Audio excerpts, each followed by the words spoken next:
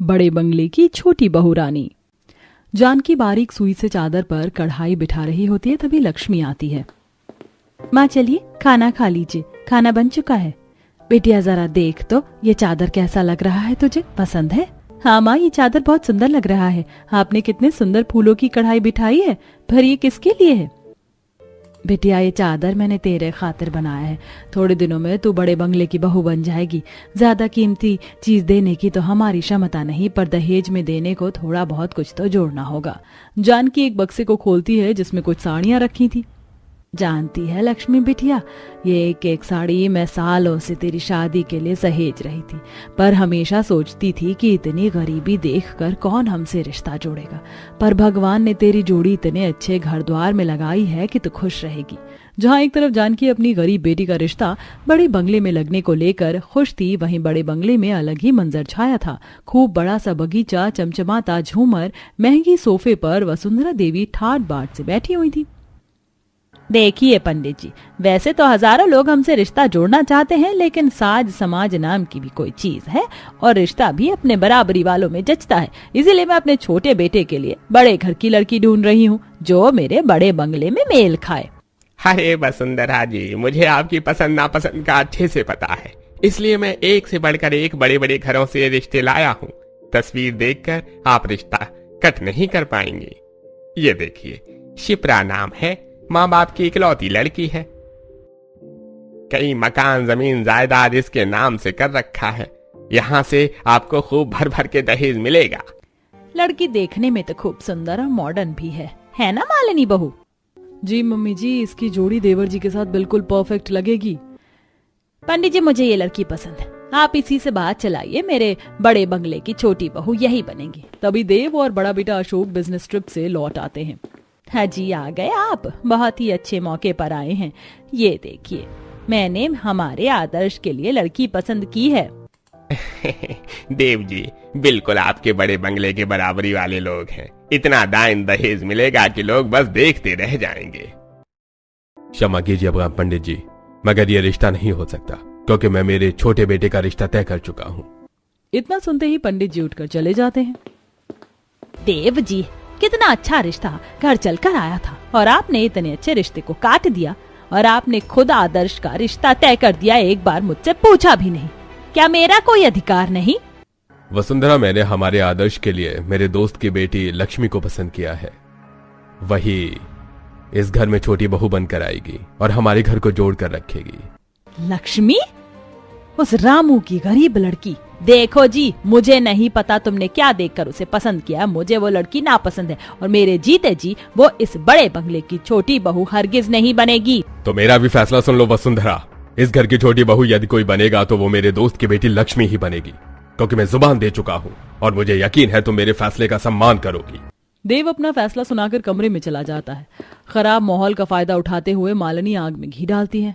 Mummy जी, पापा जी देवर जी की शादी का डिसीजन अकेले कैसे ले सकते हैं? आपका भी तो अधिकार बनता है कि अपनी पसंद की बहू चुनने का। और स्टेटस एंड क्लास नाम की भी कोई चीज होती है। अगर वो 2 कौड़ी की लड़की मेरी देवरानी बनकर आएगी तो मेरे हाई क्लास फ्रेंड सर्कल्स में मेरी तो नाक कट जाएगी।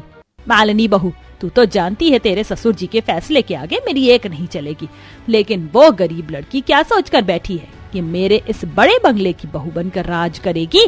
इसका तो केवल सपना ही देखेगी वो। वेल देन मालिनी, मैंने चिंगारी लगा दी, अब लगेगी आग। सालों से मैंने इस बड़े बंगले में राज करने का सपना देखा है, उसे कोई 2 कौड़ी की लड़की नहीं तोड़ सकती। समय गुजरता है और दोनों घरों में शादी की तैयारी शुरू हो जाती है। जहाँ एक तरफ रामू के मिट्टी के घर के आंगन में मड़वा गड़ा हुआ था, गेंदे के थोड़े फूल पत्तों से चौखट सजा हुआ था, तो वहीं बड़े बंगले में महंगे फूल और लाइटों से सजावट हो रखी थी। बड़ा बंगला किसी महल की तरह जगमग कर रहा था।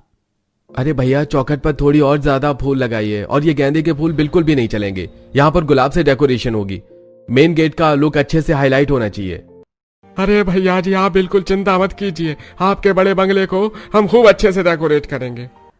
अशोक जी, तुम्हें कुछ ज्यादा ही शादी के खर्चे में पैसे लगाने की नहीं पड़ी है? मुझे तो ये समझ में नहीं आ रहा है, उस गरीबजादी लड़की के लिए इस बड़े बंगले को इतना क्यों सजाया जा रहा है? मालिनी, तुम जब देखो दूसरों से जेलस फील क्यों करती रहती हो? अरे कभी दूसरों की खुशी में खुश रहना सीखो। तुम्हें खुश होना है तो खुश हो, मुझे कोई दिलचस्पी नहीं है एक गरीब लो क्लास को अपनी देवरानी बनाकर इंट्रोड्यूस करवाने का। घमंड दिखाकर मालिनी अपनी सास के कमरे में जाती है, जहाँ पहले से ही सास ससुर में गहने चढ़ाने को लेकर बहसबाजी हो रही थी। वसुंधरा जी, यह सारे गहने मैंने छोटी बहू को चढ़ाने के लिए बनवाए हैं, तुम इसमें से अलग क्यों कर रखी हो? अजी मैं कौन सा ये सारे गहने सदा के लिए अपने पास रख रही हूँ। शादी के बाद तो छोटी बहू के ही होने हैं, पर मंडप में देने के लिए केवल 5 थान गहने बहुत हैं। कुछ ही देर में धूमधाम से बड़े बंगले से बारात चलती, पूरे विधि विधान के साथ आदर्श और लक्ष्मी की शादी होती है और कुछ देर में विदाई का टाइम हो जाता है। बेटिया, आज से तेरे ससुराल वाले ही तेरे खातिर अपना परिवार है। इस परिवार को सदा जोड़ कर रखना, कभी टूटने मत देना, अपना ख्याल रखना। माँ, आप और पिताजी भी अपना ख्याल रखिएगा। चलती हूँ बाबा। जहाँ मेरी बच्ची सदा खुश रहना अपने संसार में। समधी जी, लक्ष्मी मेरी बेटी नहीं, मेरे कलेजे का टुकड़ा भी है। मैं सदा आपका आभारी रहूंगा जो आपने मेरी बेटी को अपने बड़े बंगले की बहू के रूप में स्वीकारा। रामू मेरे दोस्त, अरे सबसे अमीर तो बेटी वाले होते जो पूरी जिंदगी भर अपनी बेटी को बड़ा करते हैं और एक दिन किसी और के घर के लिए दे देते हैं। मैं तुम्हें वचन देता हूँ कि लक्ष्मी बहू को अपनी बेटी बनाकर रखूंगा, उसे आंच भी नहीं आने दूंगा। इसी के साथ लक्ष्मी विदाई होकर अपने बड़े से बंगले वाले ससुराल में आ जाती है, जो कि महलों की तरह जगमगा रहा था। खूब सारे नौकर चाकर हाथों में फूलों से भरी हुई थालियां लेकर स्वागत में खड़े थे। आसमान में आतिशबाजियां हो रही थी। लक्ष्मी, तुम्हारा ससुराल आ गया है, चलो उतरो। जी अच्छा। लक्ष्मी जैसे ही गाड़ी में से नीचे उतरती है तो नौकर चाकर भर भर कर फूल बरसाने लगते हैं और बड़े बंगले की सबसे पुरानी नौकरानी आशा लक्ष्मी का खिला हुआ खूबसूरत चेहरा देखकर बलाई लेती है। छोटी बहू रानी तो कितनी सुंदर है, इस बड़े बंगले के तो भाग्य जग गए। बड़े साहब बहुत ही सुंदर बहू चुनकर लाए हैं। प्रणाम माँ जी। यह क्या कर रही हैं छोटी बहू रानी? मैं तो इस बड़े बंगले में बस नौकरानी हूँ। तो क्या हुआ, उम्र में बड़े तो आदर के हकदार होते। आप सालों से इस बंगले में काम कर रही हैं तो इस परिवार का हिस्सा हुई। छोटी बहू, पैर की धूल को अगर चंदन समझकर माथे पे लगा लिया जाए तो उसे वह चंदन नहीं बन जाता, समझ गई ना? इसी तरह इस परिवार के सदस्य में नौकर नहीं जुड़ सकते। ये यहाँ पर केवल काम करते हैं जिस बात की उन्हें तनख्वाह मिलती है। पर माँ, आशा आंटी हमारे घर को अपना परिवार समझकर काम करने आई हैं। अगर लक्ष्मी ने उन्हें बदले में थोड़ा आदर दे दिया तो इसमें गलत ही क्या किया है? आदर्श को जहां लक्ष्मी का पक्ष लेते हुए देख एक तरफ ससुर और जेठ खुश होते हैं, वहीं वसुंधरा और मालिनी को खराब लगता है। भाग्यवान छोटी बहू कब से चौखट पर खड़ी है, जल्दी से उनका गृह प्रवेश कीजिए। लगता है माँ जी शादी से खुश नहीं है, उनके चेहरे पर हंसी खुशी दिखाई नहीं दे रही। तब लक्ष्मी चौखट के आगे रखा चावल का भरा कलश गिराकर गृह प्रवेश करती है और जैसे ही वसुंधरा के पैर छूने चलती है तो वो पीछे हट जाती है। माँ, कम से कम लक्ष्मी को आशीर्वाद तो दे दीजिए, ऐसे भी क्या नाराजगी दिखा रही हैं आप? खबरदार अशोक, जो मुझसे ऊंचे लहजे में बात करी तो ना तो ये गरीब बहू मेरे पसंद की है और ना ही मैं इस शादी से खुश हूँ। मैं इस शादी में शरीक हो गई, इतना ही बहुत है। अरे इस गरीब का तो भाग्य चमक गया, लेकिन इसके गरीब माँ बाप की मेरे बेटे को एक जरा सी चैन अंगूठी देने की भी औकात नहीं हुई। वसुंधरा के ताना मारने पर चौखट पर खड़ी लक्ष्मी की आंखों से आंसू छलक जाते हैं। माँ जी, मेरी शादी में बाबूजी ने कर्जा लेकर किया है। वो इतने पैसे कहाँ से लाते जो चैन और अंगूठी बनवा सकते? यदि उनके हाथ में होता तो वो जरूर देते। तुम्हारे माँ बाप के बस में कुछ भी दहेज में देना नहीं था तो इतने बड़े बंगले में शादी करने का ख्वाब भी नहीं देखना चाहिए था। अपनी हैसियत देखकर शादी करनी चाहिए थी। अरे बस करो, बड़ी बहू तुम्हें कोई हक नहीं बनता छोटी बहू को इस तरह से अपमानित करने का। आदर्श बेटा, बहू को कमरे में ले जा। जी पापा। चलो लक्ष्मी। सभी अपने अपने कमरे में चले जाते हैं। लक्ष्मी जैसे ही अपने बड़े बंगले के बेडरूम में आती है तो वह खूब सुंदर फूलों से सजा हुआ था। महंगी अलमारी, महंगा बेड और एक्सपेंसिव फर्नीचर लगा हुआ था। कमरा किसी हॉल जितनी बड़ी जगह में बनवा रखा था, जिसे देखकर लक्ष्मी दंग रह जाती है। तभी उसे उदास देखकर आदर्श पीछे से गले लगाते हुए कहता है, तो कैसा लगा मेरी प्यारी बीबी को? उसका कमरा पसंद तो आया ना? आदर्श जी, मैंने तो ख्वाब में भी नहीं सोचा था कि मुझे इतना बड़ा बंगले का ससुराल मिलेगा और इतना अच्छा कमरा और आप जैसे पति। लक्ष्मी, अब तुम इस बड़े बंगले की बहू हो, इसलिए इन सब चीजों की आदत डाल लो। वैसे मैंने तुम्हारे लिए अलमारी में जगह खाली कर दी है, यहाँ तुम अपने सारे कपड़े जचा लेना और बाकी ये ड्रेसिंग टेबल तुम्हारा मेकअप का सामान रखने के लिए है। वैसे मुझे बेड पर लेफ्ट साइड नींद आती है, लेकिन अगर तुम लेफ्ट साइड सोती हो तो मैं एडजस्ट कर लूंगा। बाकी और किसी चीज की जरूरत हो तो बता देना, हाजिर है आपकी खातिर में। आदर्श को इतना प्यार दिखाते देखकर लक्ष्मी मुस्कुरा देती है। बस इस तरह मुस्कुराते रहना, तुम मुस्कुराते हुए बहुत खूबसूरत लगती हो। और हाँ, माँ की बातों का बिल्कुल बुरा मत मानो, वो ऊपर से थोड़ी कठोर दिखती हैं, लेकिन देखना माँ को जब तुम्हारी अच्छाइयाँ दिखेंगी तो वो तुम्हें खुद स्वीकार कर लेंगी। दोनों एक दूसरे के साथ कुछ खूबसूरत पल बिताते हैं। इसी तरह लक्ष्मी का उसके बड़े बंगले वाले ससुराल में शुरुआत होती है। वह नहा धोकर कमरे में आती है और अपना बक्सा खोलकर देख रही होती है। आज तो मेरी पहली रसोई है, ये संतरी वाली साड़ी अच्छी लगेगी, इसी को पहन लेती हूँ, हल्की भी है। तभी वसुंधरा और मालिनी कमरे में कुछ साड़ियां और गहने लेकर आती हैं। उन्हें देख लक्ष्मी अपनी जगह से उठकर खड़ी होकर पैर छूती है। माँ जी आप प्रणाम। खुश रहो खुश रहो। प्रणाम जेठानी जी। ओ प्लीज देवरानी जी, इतना संस्कारी बनने का शो ऑफ मेरे आगे मत करो। जेठानी जी मैं कोई दिखावा नहीं कर रही, मेरे माँ बाप ने मुझे सिखाया अपने से बड़ों की इज्जत करना। छोटी बहू, तेरे माँ बाप ने तुझे ये नहीं सिखाया कि अपने से रिश्ते में बड़ों से तमीज से बात की जाती है, जुबान नहीं लड़ाया जाता। जाने दीजिए मम्मी जी, देवरानी जी मिडिल क्लास घर से आई है ना, धीरे धीरे अपने बड़े बंगले की तहजीब और तमीज इन्हें मैं सिखा दूंगी। ये ले, ये कुछ साड़ियां मेरी तरफ से मैं तेरे खाते लेकर आई हूँ, इनमें से जो अच्छी लगे वो पहन लेना। अपने प्रति अपने सास का पिघलता हुआ मन देखकर लक्ष्मी को काफी अच्छा लगता है। लक्ष्मी धन्यवाद देती है। धन्यवाद माँ जी इस उपहार के लिए, पर अभी मैंने पहनने के लिए साड़ी निकाल ली है, इसे बाद में पहन लूंगी। तभी मालिनी साड़ियों को उठाकर बात को बढ़ाते हुए, देवरानी जी तुम ये साड़ी पहनने वाली थी, इतनी सिंपल सोबर। अरे अभी अभी तुम्हारी नई नई शादी हुई है, अब तुम बड़े बंगले की बहू हो। क्यों दीदी, इस साड़ी में क्या खराबी है? माँ ने बड़ी प्यार से दी थी, इसीलिए मैंने सोचा इसे पहन लेती हूँ। बहू, ऐसी साड़ी हमारे बड़े बंगले की नौकरानियां भी नहीं पहनती। तू तो इस घर की छोटी बहू है, तो अब से ये पहनावा ओढ़ावा इस घर की बहू की तरह ही रखना सीख ले। और ये कान में कितने हल्के से टॉप्स पहन रखे, नाक में इतनी हल्की लौंग। दामाद को तो कुछ दिया नहीं, बेटी को भी थोड़े अच्छे गहने नहीं दिए गए। इसे निकाल कर ये ज्वेलरी पहन लेना, ताकि तू इस बड़े बंगले की छोटी बहू लगनी चाहिए। अभी नई शादी हुई है तो पड़ोसने तुझे देखने के लिए आएंगी, और मैं नहीं चाहती कि बातें बने। अपने गरीब माँ बाप के दिए गए हर चीज का अपमान होते हुए देखकर लक्ष्मी का मन भारी हो जाता है। फिर भी वह अपने चेहरे पर इस शिकन तक को नहीं आने देती है। ठीक है माँ जी, मैं ये साड़ी पहन लूंगी। लाओ फिर ये सब साड़ी मुझे दे दो, नौकर चाकर को दे दूंगी। नहीं दीदी, इन साड़ियों को मेरे पास ही रहने दीजिए। माँ ने बड़े प्यार से मेरी शादी के लिए सहेज कर इसे रखा था, मैं इसे पहनूंगी नहीं, बस अपने पास रखूंगी। बहू, जब तुझे इन साड़ियों को पहनना नहीं है तो अपने पास रखकर भी क्या करेगी? मालिनी बहू, इन साड़ियों को उठा लो। मालिनी लक्ष्मी के हाथ से वो साड़ियां छीन लेती हैं और दोनों कमरे से चली जाती हैं। लक्ष्मी की आंखें डबडबा जाती हैं। मैंने कितने प्यार से वो सारी साड़ियां मेरे लिए सहेज कर रखी थी और कितनी मेहनत से एक एक साड़ी पर कढ़ाई की थी। क्या बड़े बंगले की बहू बनने के बाद मेरा खुद पर इतना भी अधिकार नहीं कि मैं अपने मायके से मिला कुछ भी पहन सकूं? अपने टूटे मन को समझाते हुए लक्ष्मी तैयार होकर कमरे से बाहर निकलती है। बंगला इतना बड़ा है और इतने कमरों का था कि वह भटक भी जाती है।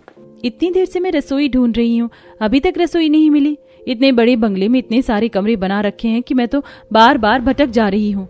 कुछ देर में लक्ष्मी बड़े बंगले की रसोई में पहुंचती है, जहां वसुंधरा और मालिनी खड़ी होकर खानसामे से अपने सामने खाना बनवा रही थी।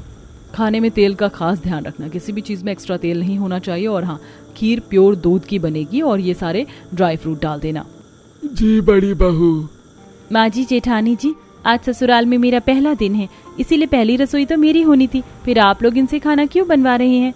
क्या क्या व्यंजन बनेगा? मैं बना देती हूँ, आप बस मुझे बता दीजिए। छोटी बहू के बोलचाल में इतनी मिठास और नरमी देखकर रसोई में खड़े होकर खाना बना रहे रसोइया उसे देखने लगते हैं। लक्ष्मी, यहाँ पर खाना बनाने के लिए कुक लगे हुए हैं, इसीलिए तुम्हें खाना बनाने की कोई जरूरत नहीं। और वैसे भी तुम शेफ की तरह तो टेस्टी खाना नहीं बना सकती। जेठानी जी, माना कि शेफ अच्छा खाना बना सकता है, लेकिन रसोई में जब गृहिणी का हाथ पड़ता है तो स्वाद खुद ब खुद खाने में खिलकर उतरता है, क्योंकि वह अपने परिवार वालों के लिए पूरे मन से खाना बनाती है। लक्ष्मी की बातें कहीं न कहीं वसुंधरा के मन को मोह लेती हैं।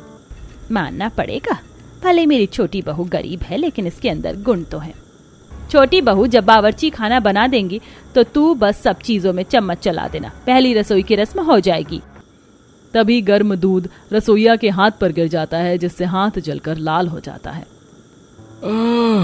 अरे माँ! भैया आप ठीक तो हैं?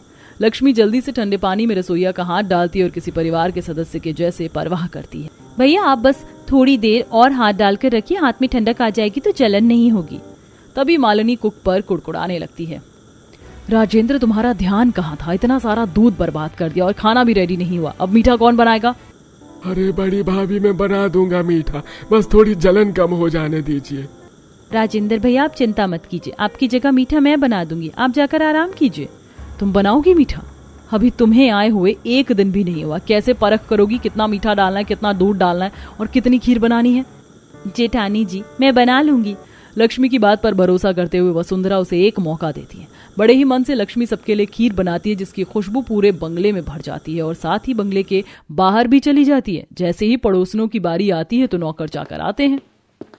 छोटी बहू रानी खाना बन गया तो लाइए, मैं परोस दूंगी। बिल्कुल नहीं, आज मेरी पहली रसोई है ना, इसीलिए आज आप सबको मैं परोस करके खिलाऊंगी, आप सब बैठ जाइए। पहली बार नौकरों को इतना आदर सम्मान मिलते देखकर सबकी आंखों में नमी सी भर गई। छोटी बहू रानी बरसों गुजर गया इस बड़े बंगले में काम करते, लेकिन आज तक हमें किसी ने इतना आदर सम्मान नहीं दिया। इस बड़े बंगले के सदस्यों के साथ बैठकर खाने की बराबरी तो हमें किसी ने नहीं दी। आप सभी लोगों ने भी तो इस परिवार के लिए इतना सब कुछ किया है। सभी नौकर लक्ष्मी के कहने पर जाकर खाने की मेज पर जाकर बैठ जाते हैं, जिसे देख मालिनी डांट कर उठाती है। तुम दो कौड़ी के नौकर चाकर की हिम्मत कैसे हुई हमारी बराबरी में बैठने की? जेठानी जी इन सभी को मैंने बैठने को कहा है। देवरानी जी तुम्हारा दिमाग तो नहीं खराब हो गया? अभी तुम्हें आए हुए 2 दिन नहीं हुए इस बड़े बंगले में और तुम अपनी मर्जी चला रही हो। तुम नहीं जानती नौकरों की जात को, उंगली पकड़ाते इनको सर पर चढ़ने में देर नहीं लगती। मालिनी का खराब बर्ताव देखकर नौकरों को दुख लगता है, तभी ससुर पक्ष लेते हैं। बड़ी बहू ये सभी रोज हमारा ख्याल रखते हैं, हमारे दिन को अच्छा बनाते हैं। अगर एक दिन हम इनके दिन को अच्छा बना देंगे तो इसमें कुछ नहीं बिगड़ेगा। आप सभी लोग बैठकर खाइए। सभी नौकर उनके बराबर में बैठकर खाते। मालिनी गुस्से में बड़बड़ाते हुए उठकर अपने कमरे में चली जाती है। इस 2 कौड़ी की देवरानी को अभी इस बड़े बंगले की बहू बनकर आए 2 दिन भी नहीं हुआ और इनसे बड़े बंगले का रिवाज बदल कर रख दिया। कहीं इस तरह की मीठी मीठी बातें करके ये मम्मी जी को बहला फुसलाकर पूरा बंगला ही अपना नाम ना करवा ले। इसी तरह समय गुजरता है। धीरे धीरे अपने अच्छे आचरण से लक्ष्मी अपनी सास के दिल में भी जगह बनाने लगती है। भोर की पहली किरण के साथ उठकर पूजा पाठ करना, रसोई में खाना नाश्ता बनाना और वहीं रात को वसुंधरा के पैर दबाकर सोना। छोटी बहू तू अभी तक अपने कमरे में नहीं गई? रात के 2 बज रहे हैं। माँ जी पता ही नहीं चला कब पैर दबाते दबाते आंख लग गई थी। कोई बात नहीं, जा जाकर सो जा। जी माँ। ऐसे ही समय गुजरता है और एक दिन पड़ोस ने गायत्री शारदा वसुंधरा के घर आती हैं। हाय क्या बात है वसुंधरा, तुमने तो अपने छोटे बेटे की चटमंगनी पर शादी करवा दी और हमको बुलाया भी नहीं। दाल में कुछ काला है क्या? गायत्री मुझे तो लगता है पूरी दाल ही काली है, लगता है बेटे ने लव मैरिज करी है। अरे ऐसी तो कोई बात भी नहीं है, तुमको ऐसी खबर किसने दी? अरे अपनी पसंद से बहू चुनकर लाई हूँ मैं। अपने मुंह मियाँ मिट्ठू बनना तो कोई तुमसे सीखे वसुंधरा, हमें सब पता है कि तुम अपनी छोटी बहू बहुत ही गरीब घर से लेकर आई हो। बिल्कुल सही सुना है आपने शारदा आंटी जी, वो तो हमारे स्टैंडर्ड में मैच भी नहीं खाती, पर क्या कर सकते हैं, पापा जी की पसंद की बहू है, इसीलिए एडजस्ट करना पड़ा है। तभी पीछे से लक्ष्मी चाय नाश्ता लाकर परोसती है। आंटी जी ये लीजिए चाय नाश्ता। नमस्ते। लक्ष्मी दोनों को इज्जत देते हुए उनके पैर छूती है। दोनों पड़ोसन आंखें जमाकर उसको देख रही थी। उसने सर पर घूंघट ले रखा था, जिसमें उसका संस्कारी आचरण झलक रहा था। मालिनी मॉडर्न ड्रेस में बैठी हुई थी। जो भी कहो वसुंधरा बहन, भले ही बहू गरीब घर से चुनकर लाई हो, लेकिन लाखों में एक संस्कारी, गुणवान और अच्छे आचरण की है। कम से कम तुम्हारी बड़ी बहू की तरह तरंगी पहनावा तो नहीं है। गायत्री की बात सुनकर मालिनी को मिर्ची लग जाती है। What do you mean Gayatri aunty ji, आप कहना क्या चाहती हैं? और आप होती कौन है मेरे ड्रेसिंग सेंस को लेकर जज करने वाली?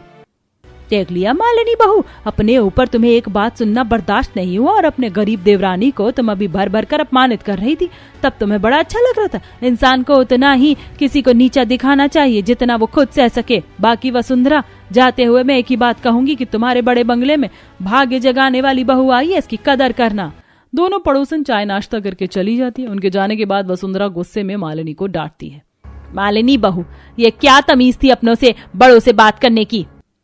मम्मी जी आपने सुना नहीं, वो दोनों पड़ोसन मेरे कपड़े को लेकर किस तरह से कमेंट पास कर रही हैं। क्या गलत बोला हम दोनों ने? बड़े घर की बहू का पता उनके पहनावे से चलता है, लेकिन तेरा पहनावा इतना बेढंगा है कि हर कोई टोकता है। मैं हर किसी का मुंह तो नहीं जाकर बंद कर सकती। तो आप क्या चाहती हैं मम्मी जी? इन चीप क्लास लोगों के लिए मैं अपना ड्रेसिंग सेंस चेंज कर लूं? नेवर मम्मी जी, मैं आपकी छोटी बहू की तरह गरीब घर से नहीं आई हूं, इसीलिए मुझ पर दामन चलाने की सोचना भी मत। अपनी बड़ी बहू का घमंडी स्वभाव देखकर वसुंधरा को काफी खराब सा लगता है। मेरी एक छोटी सी बात पर मालिनी बहू ने इस तरह से जवाब दे दिया, पर मेरी छोटी बहू मेरी हर एक बात का मान रखती है। मैंने उसका ठीक से स्वागत भी नहीं करवाया। अब मैं इस बड़े से बंगले में अपनी छोटी बहू का अच्छे से रिसेप्शन रखूंगी।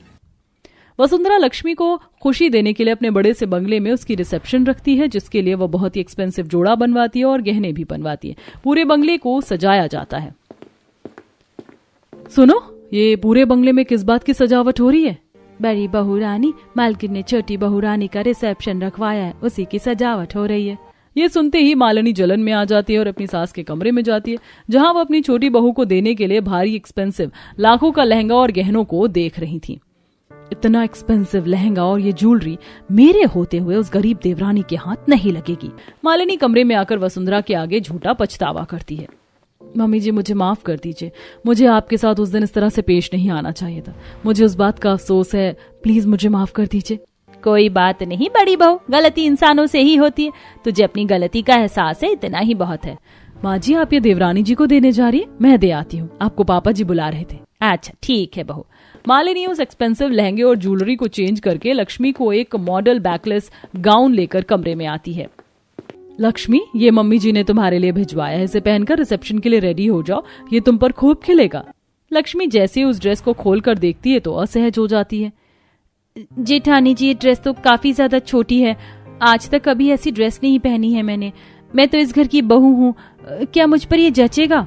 लक्ष्मी, अब तुम बड़े बंगले की बहू हो, हमारे यहाँ की हाई क्लास पार्टी में सभी इसी तरह के कपड़े पहनते। मम्मी जी ने ये ड्रेस तुम्हारे लिए बहुत प्यार से बनवाया, अगर तुम्हारा मन नहीं तो ठीक है, कोई बात नहीं, और ये थोड़ा सा बुरा ही तो लगेगा। मालिनी उस ड्रेस को लेकर जाने की झूठी एक्टिंग करती है, तभी लक्ष्मी रोक लेती है। जेठानी जी, माँ जी ने इतने प्यार से बनवाया है तो मैं इसे पहन लूंगी, आप मुझे तैयार कर देंगी? श्योर देवरानी जी। मालिनी जानबूझकर लक्ष्मी का खराब सा मेकअप करती है और उसे शॉर्ट ड्रेस पहनाती है ताकि वह पार्टी में सबसे खराब दिखे और उसकी बदनामी हो। रिसेप्शन का असली माहौल तो ये 2 कौड़ी की गरीब देवरानी क्रिएट करेगी जब ये इस तरह के कपड़े पहनकर पार्टी में जाएगी, और मम्मी जी गुस्से में आग बबूला होकर फटेंगी। इसकी तारीफ सुन सुनकर मेरे कान पक चुके थे, इसीलिए मुझे ये स्टेप उठाना पड़ा। सॉरी लक्ष्मी। कुछ ही देर में Lakshmi high heels short dress पहनकर नीचे आती है। हील्स पहनने की वजह से उससे ठीक से चला भी नहीं जा रहा था। वहीं रिसेप्शन पार्टी में आए सभी लोग देख देख कर बातें बना रहे थे। हाय हाय, वसुंधरा जी की छोटी बहू ने किस तरह के कपड़े पहन रखे, लगता है इसे भी बड़ी वाली की तरह शो ऑफ करने की हवा लग गई, तभी तो ऐसे कपड़े पहने हैं। सही कह रही हो बहन, वसुंधरा बहन के बड़े बंगले की दोनों बहू तो एक से बढ़कर एक है। लक्ष्मी बहू, मैंने तेरे लिए इतनी सुंदर साड़ी और जेवर भेजा था, फिर तूने ये क्या पहन लिया? मम्मी जी, ये ड्रेस जेठानी जी ने पहनने को बोला था, आपने ही तो भेजा है। लक्ष्मी की बात सुनकर वसुंधरा सारा माजरा समझ जाती है और मालिनी को खूब सुनाती है। मालिनी बहू, शर्म आनी चाहिए, जलन में तुमने इस घर की इज्जत को ही दांव पर लगा दिया। हाँ, मैंने ये किया और मुझे इस बात का कोई गिल्ट नहीं है। जिसे देखो सबके मुंह पर इस 2 कौड़ी की देवरानी का नाम सुन सुनकर मेरे कान पक चुके थे। सभी को बस इस बड़े बंगले की छोटी बहू दिखाई दे रही थी। सारा टेंशन केवल और केवल इस घर की छोटी बहू को ही मिल रहा था, बड़ी बहू किसी को याद नहीं थी। जेठानी जी, मैंने आपको जेठानी नहीं बल्कि दीदी का दर्जा दिया था, कम से कम उस रिश्ते का मान तो रख लेती। मैं बस सभी से जुड़कर रहना चाहती हूँ और इसी में खुश हूँ। इतना गलत करने के बावजूद भी लक्ष्मी मालिनी के प्रति जरा सा भी गुस्सा नहीं दिखाती। धीरे धीरे उसके नेचर में बदलाव आने लगता है और वह अब घर के नौकर चाकर के साथ अच्छे से व्यवहार रखती है।